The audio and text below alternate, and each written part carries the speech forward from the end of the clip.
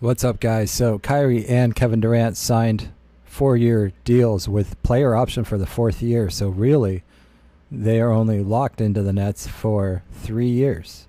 And as we saw with Kyrie Irving and Al Horford this year, player options are no short thing. Just like you might assume Gordon Hayward's going to take that last year of his contract, but he's really in free agency year right now coming up.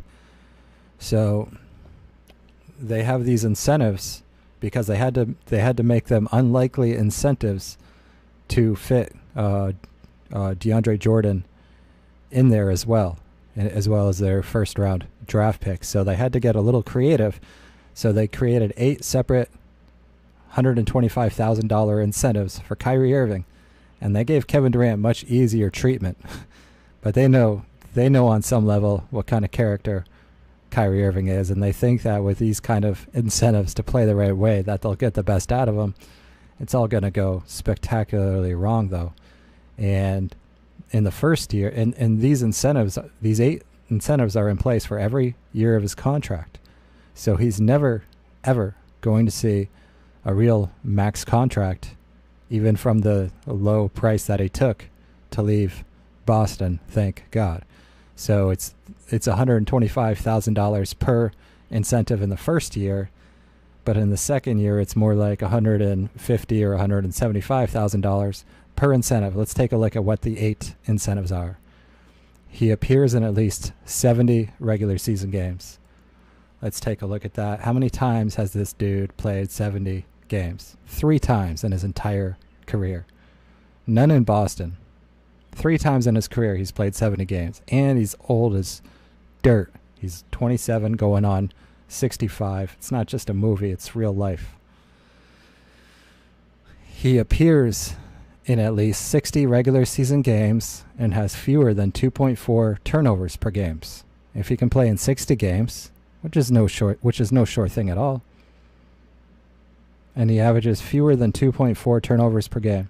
Irving has averaged 2.6 turnovers per game over his career, and between 2.3 and 2.7 in his last 6 years. So he's got to get under 2.4 turnovers. We know how many costly turnovers Kyrie cost us all year, including in key moments in the fourth quarter where Kyrie Irving was exhausted and he wasn't up to the task. 3.7 per 100 possession.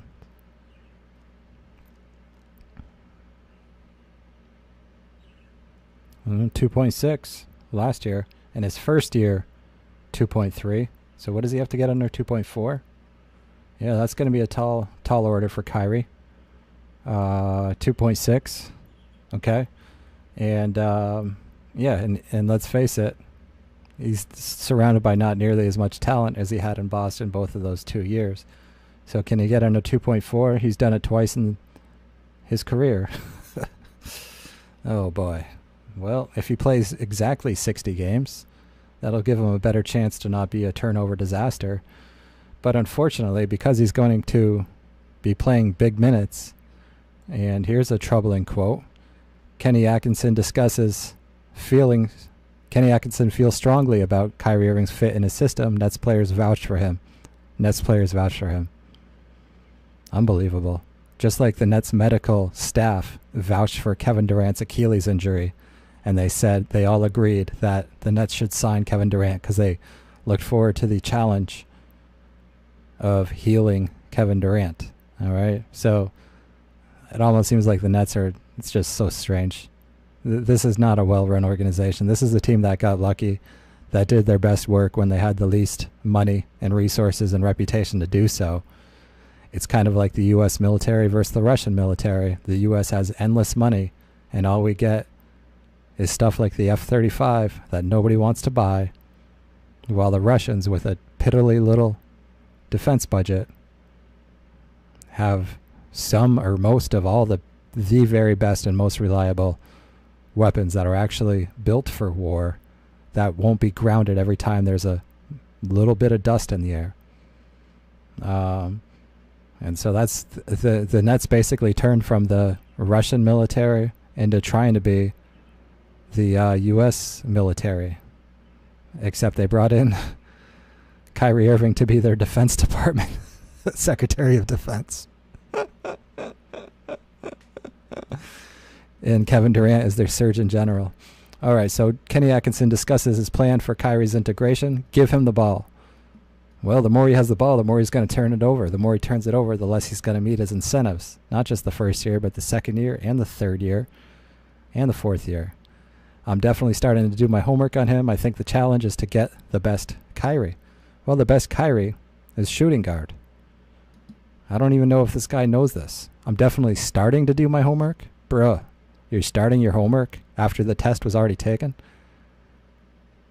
After you already signed Kyrie Irving for 4 years, you're starting to do your homework?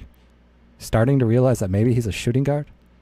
You don't know he's a shooting guard. You still think he's a point guard. It's going to be a disaster. So, I know there's a lot of talk out there about Kyrie being a total D-bag, but you look at his numbers, and I think he played really well. If numbers told everything, Dwight Howard would be on a team right now. Definitely going to challenge him to keep improving. We play a system I don't imagine changing a ton. Good luck with that with Kyrie Irving. Good luck with that. So there's another incentive Kyrie's not likely to pass, because he's going to have the ball in his hands a lot, and he's going to be turning it over as much as always, except he may very well be getting tired even quicker and faster, which leads to even more turnovers from Kyrie, especially in the fourth quarter. And with all that additional pressure, I mean, guys, there's a reason most NBA players don't go home. Okay? Paul George, Kawhi Leonard just did it. Kyrie Irving just did it. But in general, players don't really like to go home. They have all that additional pressure. Kyrie Irving calling it his home, saying he wants to be there, still believing he's LeBron James level, with all that New York media, all those millions and millions of eyeballs, and no Kevin Durant to even try to bail him out. Third incentive. He appears in at least 60 regular season games and attempts at least 4.6 free throws per game. Irving has averaged 4.4 for his entire career, but has fallen below the 4.6 mark in each of his last 2 seasons. Okay, this is where Kyrie Irving really dropped off a cliff, guys. Getting to the free throw line, where was it? Every other superstar that he's compared to gets to the free throw line like a boss. Kyrie Irving losing his athleticism. Okay, losing his quickness, losing his verticality, losing his energy level in general. Getting to the free throw line, getting into the lane takes a lot of energy. Makes you tired, makes you turn the ball over, makes you get more injured, so you miss more games. Then Kyrie's going to be blaming them for pressuring him to get to the free throw line so much, which is only going to limit his ability to actually play in 60 or 70 games. He's averaged 63 games in the last 2 seasons, guys. He was supposedly healthy this past year, and he couldn't even break 68 games played. He missed 15 games, and he was healthy. So how is this dude going to meet pretty much any of these? You can see his career, his energy level, his mental toughness is clearly on a steep decline. And now he's on the worst team he's played for since, what, 2013? And we know exactly how that went. Fourth incentive, he shoots 88.5% or better from the foul line in the regular season. He's an 87.5% free throw shooter. He's only done this 3 times in his career. Let's see what he shot the last couple of years. 88.5 is what he's got to make. Close. He did it the 2 years before that, so that's pretty good. We will see. So he's got to not only get to the free throw line much more, but he's also got to knock them down at better than he has this past season. So we will see if he can do that, all while staying healthy, all while we will see what else he's got to do. Makes at least 2.8 three-pointers per game in the regular season. There's the further encouragement for him to shoot more. Irving has accomplished that just once in his 8 seasons. He has averaged 2.1 made three-pointers per game over his career. So he's got to make at least 2.8 three-pointers. 2.6. Okay, his first year he did it just barely. but he never did that in the rest of his career. And in that year, he only did it because he played 60 games. And he was surrounded by a great cast of scorers who were all knocking down their shots like crazy. So nobody could really focus on Kyrie Irving when he was here in his first year. Okay, Jason Tatum, even though he was a rookie and not getting any credit, and even though Jaylen Brown was thought of as an afterthought when he was thrust into the starting lineup as shooting guard, these guys were all shooting lights out. Nobody could really focus on Kyrie Irving defensively. And he barely met that. So we'll see. Nothing about three-point shooting percentage, so he can do it. He'll just have to shoot, 7.5, maybe 8 threes a game. That's a lot to ask for a short, little, unathletic guy who lost his mojo a couple of years ago. He commits fewer than 2.1 fouls per game. His career average is 2.2. 2.1 personal fouls. Whoa, 2.5 last year, guys. 2.5 fouls last year. So when he's getting toasted by opposing point guards, he can't just lazily stick his arm in there. He's got to take it and let them destroy him. Dunk all over, go off for 50 points like Jamal Murray, or DJ Augustine, or Trey Burke, or JJ Barea. Every single scoring guard lit this guy up. And they're going to do it again, and he's not going to get under 2.5 or 2.1. Very, very sad. Another incentive for $125,000 in the first year, more in the second year. Nets score at least 114 points per possession in the regular season with Kyrie on the floor. Only 2 teams, Golden State and Houston, topped that mark last year for the whole team. Though teams generally score more efficiently with their best offensive players on the floor. So we know that Kyrie Irving made our offense basically worse this past year. Everyone complained that our offense was merely good without Kyrie in the playoffs with the number 1 defense. But a merely good offense wasn't good enough, so we had to bring in Kyrie to make it even worse. So how are they going to do 114 points per possession? See, and you add this up, guys, and it's real money. And I know it doesn't really matter to Kyrie, which is why he turned down $189 million from the Celtics, thank God. But everybody knows right now about all these incentives, and they're all going to be keeping track of whether or not Kyrie is living up to his incentives. So it's very much a pride thing. And I bet Kyrie was pissed when he saw all these incentives.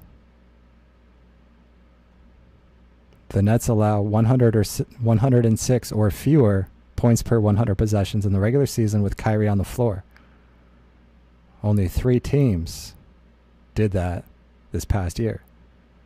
Their defense is going to be atrocious. Kyrie's going to be spending all his energy on the offensive side of the ball trying to achieve these and trying to show that he's some James Harden or Russell Westbrook or LeBron James level superstar, Kobe Bryant.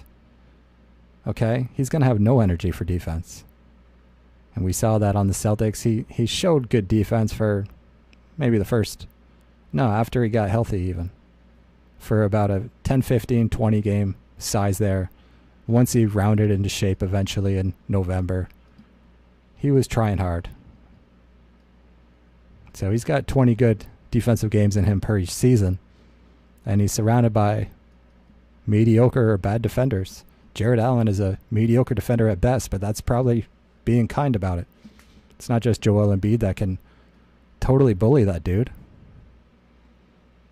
It's pretty much any center with size. And in the Eastern Conference, there's tons of big, strong centers that can totally neutralize Jared Allen. DeAndre Jordan, he's big, but he's lazy. He's slow. And he's losing his athleticism. Spencer Dinwiddie, not a good defender. Joe Harris, not a good defender. Karis LeVert, mediocre at best. Taurean Prince, terrible defender. Absolutely terrible. Maybe he tries to step it up this year. Maybe he can make some kind of difference. But for the Nets to have a good defense, it's not even possible. They're going to have one of the 10 worst defenses in the league. And their offense is going to be between 15th and 20th. And it's all going to culminate in a decision to tank it in the last 30, 40 games of the year. And a record of 28-29 wins. The same 8 incentives repeat at slightly higher dollar increments every season of Kyrie's deal. Very, very funny. And then for Kevin Durant, nothing, anything close to that. Okay, they gave it real easy for Kevin Durant to meet those. Kyrie Irving's the one who's got to jump through all these hoops that he's simply too old, too unathletic, too unmotivated, too mentally weak, too insecure to even approach. Good stuff though, right guys? All right, let me know what you think, and I'll see you soon. Peace.